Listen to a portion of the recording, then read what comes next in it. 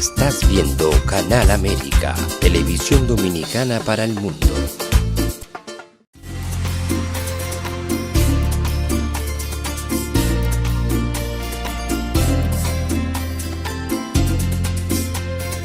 A Time for True Show is sponsored by the Office of Dr. Bernard Fielkow, a periodontal, dental implant and laser specialist in New York City, for over 40 years. Dr. Fielkow was honored by the International College of Dentists and Pierre Fauchard, and received the Presidential Lifetime Humanitarian Honor from the White House. Call us at 718-229-3838. Sometimes life can be so damn hard. You don't know where to go. Everything keeps falling apart. Yeah. You try to do your best, but only God knows that you've given everything you've got, but the world takes you down. You just keep moving on. Let your fears. Welcome to A Time for True show. It's a pleasure to be back with you again today. I'm your host, Dr. Bernard Fielkow. And today's show has to do with something very important. It has to do with leadership. What is a leader? Someone who has foresight, who uses his knowledge to help the community, realizing that the community is what's going to be the source of the change in that area. The security, the safety of the children, of the families. And a leader has empathy, compassion, a true heart. And we're very lucky tonight, thanks to a good friend of mine, retired Harlem Globetrotter Robert Hunter, to have someone very special on the show to talk about some of the things. We'll have to pry it out of him because he's very humble, but some very important things that are affecting our country. And so, Buddha, if you put him up on the screen, I want to introduce our viewers to Arnie D. Fielkow, born and raised in Appleton, Wisconsin, earning a degree in BA from Northwestern, and a Juris Doctor from the University of Wisconsin Law School in 1981. There you see him. This enabled him in his long career in sports, politics, law, and Jewish community work. Arnie spent most of his career in sports administration and served as Executive Vice President of the New Orleans Saints for 6 years, during which time he presided over numerous administrative and business departments, including marketing, sales, regional development, governmental affairs, and especially community relations and business media, and especially also youth programs. In 2006, he was elected to the New Orleans City Council and served as its president during a very destructive, horrible time of Hurricane Katrina. And he chaired the city's Economic Development Committee and the council's Youth and Recreation Committee, two very important factors in every society, in every city.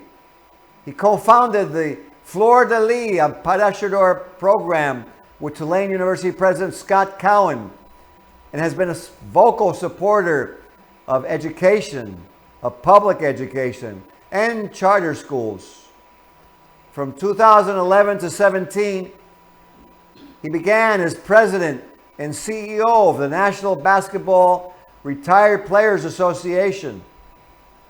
And subsequently, until 2022, and he will be retiring soon from this position, he served as the CEO of the Jewish Federation of Greater New Orleans, building interfaith and community relationships. There you see him with his family, as well as expanding J-Next, a program for Generation X Jewish New Orleaners, and two landmark centers, the Gold Ring Family Foundation Center for Jewish Multicultural Affairs, and the Sherry and Alan Leventhal Center for Interfaith Families. Arnie's married to Dr. Susan Fielkow, renowned pediatrician in the New Orleans area and has 5 children and 2 grandchildren.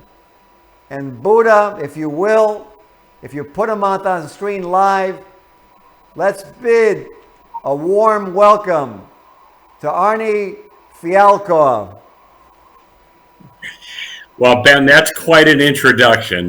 Thank you so much. It is a real honor and a privilege to be on your show and talk about some of the issues affecting our country and our communities today. And I just want to thank you for the opportunity. And you know, my hair is a little bit more gray than we saw in some of those photos, but I'm still doing my very best to try to help my beloved city of New Orleans and some of my passions with sports and politics and many other things that hopefully we'll cover on your show tonight. Absolutely. Well, let's get right to it. And I want to ask you, as a young man, how was it you decided to pursue a career in law? Well, I think I probably follow the footsteps of a lot of people, which was I went to college, wasn't really sure what I wanted to do. I knew I had a love for sports. And, you know, some people said to me, well, you know, the law degree is always a good degree. You could go in multiple directions with it and you might enjoy the practice of law. So I went to Northwestern undergrad and University of Wisconsin Law School. And, you know, I practiced law for almost 10 years. And I enjoyed it. But I must tell you, there was a drive there throughout that full decade of how do I break into the sports field. And really it was through law, because my first job actually was a compliance officer with a Division I athletic conference that had opened shop in Chicago, which is where I was located. And I called one day, I said, Commissioner, I'm a lawyer here in Chicago, and if you need somebody to help you with compliance, I'm happy to volunteer. And that's exactly what he needed. And I did a couple of years of volunteer work, and it kind of transitioned me and was a jumping up point to a full-time career in sports after that. Beautiful. You know, it sounds like the way I started in my career as a surgeon. As executive, you know, you served as executive vice president of the NFL New Orleans Saints. And, you know, as I was reading your bio, I really couldn't get over how diverse and how many activities you were involved in. So tell us about your goals for the community when you were involved with the New Orleans Saints. Sure. Well, I will tell you, let me just very quickly, I'll tell you how I got the job also, because it's a good story and a learning lesson for people wanting to get into sports as a career. But the 1999 season was one of the worst in Saints history. I think they may have gone 3-13. They were dreadful. And sports hirings are cyclical. And as soon as the last game ended, I sent a cold, I won't even say email because we didn't have emails at the time, a cold letter to the owner of the Saints, Tom Benson. And I said, Mr. Benson, if you are looking to possibly bring in a new team and you wanted somebody to run the business side of the organization, that's my background, and I would be honored to do so. And to my surprise, 2 days later, I got a call from the organization. It said, could you come down and interview tomorrow? I went and interviewed, and 4 days later, after the interview process, I was offered the position of executive vice president, which, you know, for somebody that had come through the sports ranks, a lot of minor league sports, to be able to get an offer to take a very senior position in the NFL, you know, was a dream job. And, you know, it was wonderful 6 years. And I will tell you, we tried very hard. I had 2 major roles there, according to the owner. One was to sell tickets and monetize our organization, because we were playing in a 70,000 seat Superdome. And when I took the job, we had only 35,000 season ticket holders. So in order to avoid the blackout every week, we had to sell 30 to 35,000. And I'm happy to tell you that during my tenure, we sold out 36 consecutive games and lifted the blackout for multiple seasons. The other role that I was asked to play was to be the lead negotiator with the state of Louisiana, because the Saints were really falling behind the rest of the league in revenue. And we negotiated what I would say was an unprecedented 10-year agreement with the state of Louisiana to keep us here. And there's been several deals since then, but that was the beginning of what is I think a beautiful marriage, between our state, our fan base, and our franchise. And the Saints, will be in New Orleans forever. So there's a whole lot of other things happening. We did a lot in Central America that you probably saw. We really broadened the business model of the Saints to bring us to really 6 states around the South that did not have professional football. So just a lot of things to make the Saints more relevant, to help our business model, and to touch base with our fan base, which was very important. Beautiful. Well, and then you go from there, and unfortunately Hurricane Katrina hits, but then you get into the city council. So tell us how you went about dealing with Hurricane Katrina and the damage it did. Sure. Well, Hurricane Katrina, I think everybody knows, occurred at the end of August 2005. And I was with the Saints at the time. We were actually getting ready to play our first game of the year. And of course, everything in life changed. We had to, everybody had evacuated. We had to move out of New Orleans, obviously. We got almost all of our staff to quickly get to San Antonio, where we set up headquarters for the organization. It was quite an ordeal, I must tell you. I mean, a terrible tragedy, the worst natural tragedy in our country's history. And we weren't sure if New Orleans would be here. I mean, it was a city that was largely underwater, and all of us that were New Orleanians were very concerned. I will tell you some things happened in the ensuing weeks that are public here and really in New Orleans and across the country. I took a stand that the Saints absolutely needed to be in New Orleans. They needed to come back to New Orleans, that we could not be in another city. And unfortunately, that was not the political answer I think that the owner wanted. And, I lost my dream job because of that. And it was a pretty devastating thing. But I think I earned the respect of our entire community for taking that position. You could not, I'm from Wisconsin. There is a love affair between my Packers and the state of Wisconsin. The only situation that rivals that is New Orleans Saints fans and this community. And we would have been, as damaged as we were in Katrina, you would have ripped the soul out of New Orleanians if the Saints were here. So after my demise, some good friends said, Arnie, look, you really should run for political office. People like you, they know you, and I did. And I ran for, we have 7 council people in the city of New Orleans, 2 are citywide, and I ran for a citywide office as councilman at large.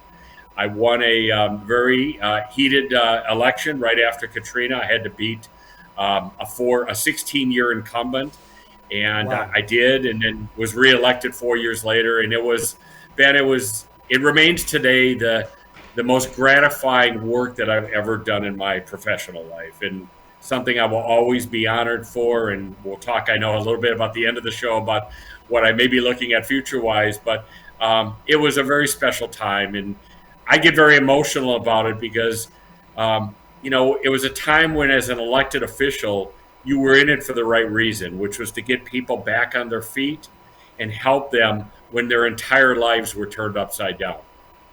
Absolutely. Well, that's, I never plug anything politically, but as I was looking at your bio and what you've done, lifetime, and I said to myself, you know what? Forget political party. This guy would make a great president of the United States. Forget any other position. The rest is without even speaking. But that's just my opinion. So let me go on having given you that compliment, because I want to ask you, because then you became president of the National Basketball Retired Players Association, with so many different players, all different ages, different backgrounds socioeconomically. So how did you deal with getting them together, increasing the membership, and going forward? Tell us about that. Well, our mutual friend Bobby Hunter could probably share some stories. The the National Basketball Retired Players Association, was not the easiest position. It's certainly a political position because you had such a diverse membership. In my career, I actually, as I started to, my first full-time job was in basketball because I was deputy commissioner of what people may remember as the Continental Basketball Association. Oh, that's right. Which at the time was the developmental league of the NBA. Today it's, the G League and other things. But back in the day, the CBA was where, about half of the NBA players came from at one point in time. And then at the end of my career, as you're referencing, I was on the other extreme. I was dealing with the retired players. And it was, obviously these were different needs. The younger guys just wanted to get into the league, and we dealt with education. We dealt with other things. The retired players, these are folks that are done playing basketball.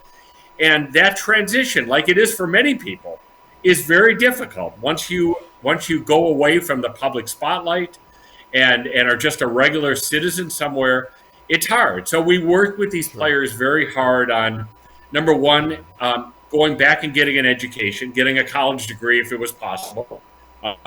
We worked on their branding because, well-known players, not all, but many. We had over 1,000 members of our organization, from the very top of, Hall of Famers all the way to folks that you never heard of. So we worked on branding, we worked on future professions, we worked on healthcare. A lot of these folks have terrible health situations, either dealing with their heart or dealing with orthopedics. So, we tried to put programs in place to help them as they got older. But it was a really interesting position. We had NBA members. We had the Harlem Globetrotters, which were terrific. And we added, during my tenure, we added the WNBA.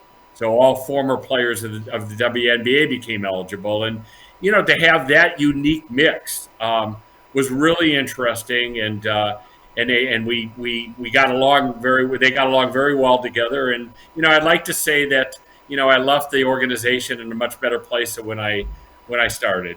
And absolutely. That's I definitely saw that as I was reviewing the history of what you did there. And I want to ask you something, because you actually brought the retired players to Middletown, Connecticut, where something had occurred that was very negative. Talk a little bit about that. Go ahead. Well, Ben, that was I will tell you, one of the things that we tried to really prioritize with our membership was they may not be playing basketball anymore, but they can do some great things for the world and be tremendous ambassadors. And so we went to Connecticut. Unfortunately, with the shooting at the school, we were there a fairly short time afterwards, and it was heartbreaking. I mean, it evokes such tragedy and such hate by the perpetrator, and to see the family suffering and the school community suffering was something I will always remember. And we went back a second time a few years later as well. But we didn't stop there. We, wherever there was a tragedy, we tended to send players to. We went to Haiti a couple different times with the earthquake. And, to see retired players in Port-au-Prince and in other cities around Haiti, in a country that was completely devastated, put on basketball clinics and just talk to kids, was so heartwarming. We did a program called Full Court Press, where we went into inner cities all over America. We probably did 30 to 40 cities. And in conjunction with the Police Athletic League, we would go in there for a day and we would put on basketball clinics for urban youth and then tie them into off the court things, education, crime prevention, and just talk to the kids. And, it's one thing to hear it from somebody like you and me that are wearing suits. It's another thing to hear it from a Bobby Hunter or a great NBA player, when they talk about their life experience and how important it is that these kids listen. So, I'm really, really proud of those kind of programs. I mean, if there was a commonality throughout my career, be it the Saints or the CBA or City Council, it was all trying to do that community philanthropic work, because I think we both know, especially today and in today's times, how important that is. Absolutely. Well, Arnie, if there's, obviously we all believe in heaven, and if there's a heaven, what I call postulate is that we end up there, and that somehow I work with you in heaven, and we make this like drug education program, and you have the basketball players that you organize, and because I just see what you do, and which leads me to like everything you just mentioned is.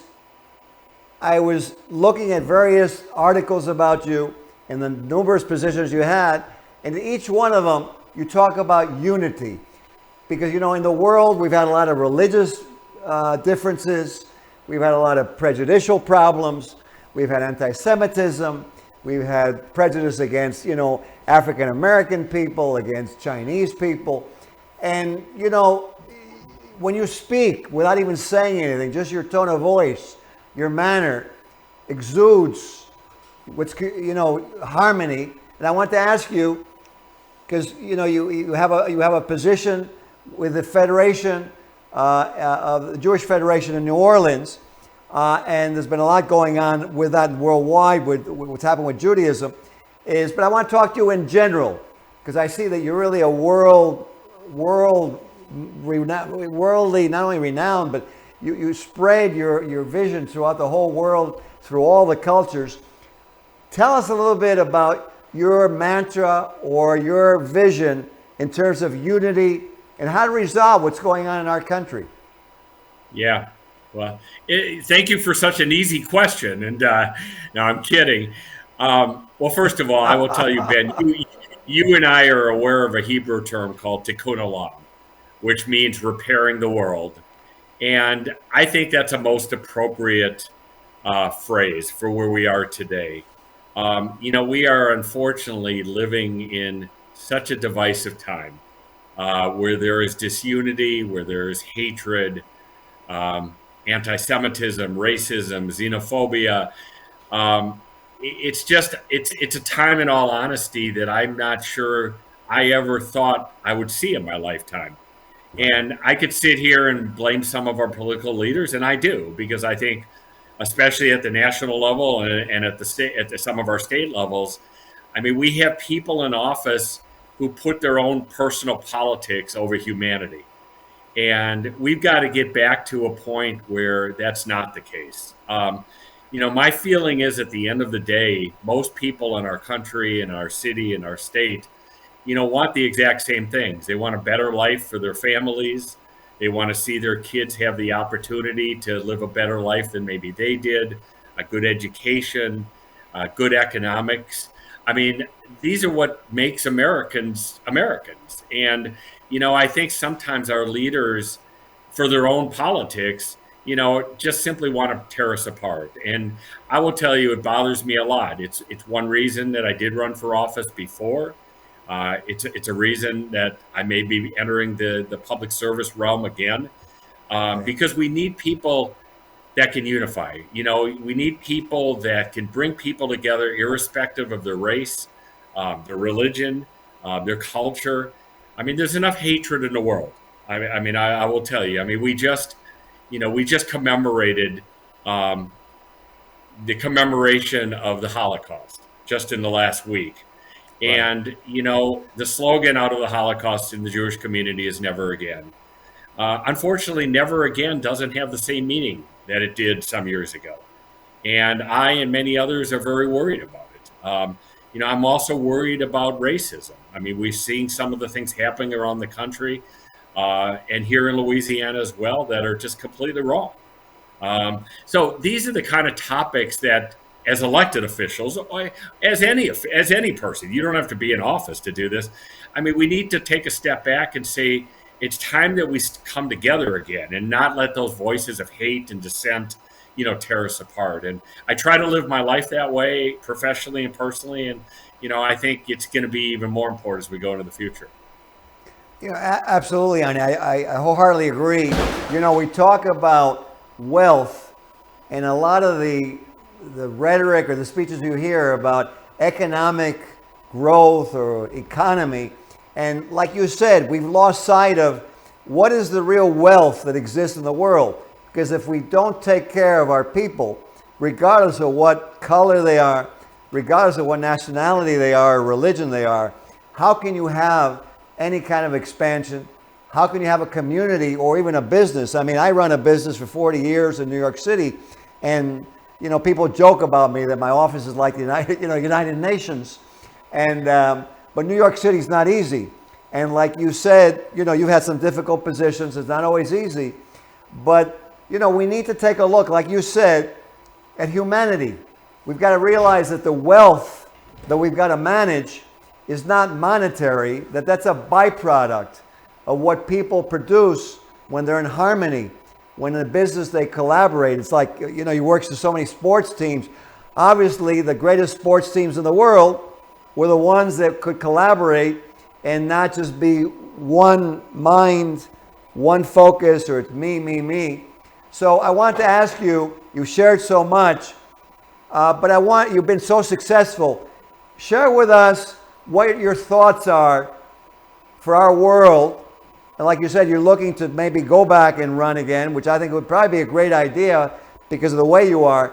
What are your thoughts about what needs to change? You've mentioned a little bit, but what else would you like to see happen? Well, I think there's a whole lot that has to happen. First of all, the unity theme is really important, and your analogy to sports is right on. When you go into a locker room in the NBA or the NFL, it's not 10 African Americans and 10 whites. It's a team, and if they don't come together, not only do they suffer in the sports realm, but you have other problems. So I think it's a really good analogy of where we go in trying to build this world up. My feeling is this: look, we've got to do a lot in our country. First of all, we just came through a very divisive period with COVID. I mean, how COVID became politicized is beyond me because it never should have, okay? It was about health and keeping people alive, not the politics of COVID. But we're coming through that, all right? We dealt with a January 6th event, that in my personal opinion was one of the darkest days in our country's history. Very contested national elections. We're dealing with, issues at the state level, dealing with reproductive rights and gun control. And, these are all very, very difficult issues. But instead of having a good debate about them where we can talk civilly to each other, we tend to split apart. And you let the extreme positions and the extreme voices be heard. So there's many things on the public policy agenda as a country that we need to deal with. But I think the first and most important thing is until we get back to a time where in Congress and state legislatures, city councils even, a time we could talk to each other civilly and have that debate that we used to have, it's going to be very hard to bring this country to where we all want it to be. But I am hopeful. I think there are newer voices coming into play here, and I just hope and pray that during my lifetime we see that improvement. Absolutely. I see how much my grandparents, my parents left for me. And I think something that we have to start recognizing is how much our families and forefathers, not in a corny way, but realistically, how much they've done for us. Because really, when you look at how much we have in the United States of America, when you go to a different country in the world, like you said, when you go to Haiti, and they don't have paved streets, they don't have lights, they don't have street signs, their food is on the ground, on cloth that's on the soil. And, you realize that we in America, in spite of the problems, have so much that we need to take a look at the wealth of what we have. And I think what we need to get back to, and maybe I'm too simplistic in this, but that's what I apply in my office, is taking a look at the other guy and seeing how we can help them. And seeing, not, there's a saying, I think in the Bible or whatever, is not to give a man a fish, because then he eats the fish and he's starving the next day again, but to educate him, and so that he can learn how not only fish, but how to make the reel, how to make the hook, how to catch the fish. So he realizes how to feed himself for the rest of his lifetime and his family too. What you say is so important. I have to ask my engineer. Engineer, how much time do we have left? How much? No more time. Well, Arnie, you know what? I got to tell you, it's been a pleasure to have you on the show. I look forward. I know you're going to be in New Orleans for the World Mayors Conference with the Globetrotters, Bobby Hunter, and many people. I look forward to seeing you there because Drug Free World is going to be there. And it's a pleasure to have had you on the show. And, I hope that we can have you again in the future. How's that sound to you? Ben, I'll come back anytime. Thank you so much for the opportunity and for the great work you're doing. And look forward to walking into New Orleans. And, let's continue to really do good things for all of our communities. Absolutely. And for those of you watching, let's take what Arnie Fielkow has done as an example. And in the Jewish religion, we say, let's be a mensch. That means let's be a real friend, a real human being, and realize that we're all on the ship called Earth. We're in the middle of the ocean, and the hurricane is coming. We need each other. Have a good night. This show was sponsored by A Time for Truth Foundation Incorporated as a community service. Sometimes life can be so damn hard. You don't know where to go. Everything keeps falling apart. Yeah. You try to do your best, but only God knows that you've given everything you've got, but the world takes you down. You just keep moving on. Let your feet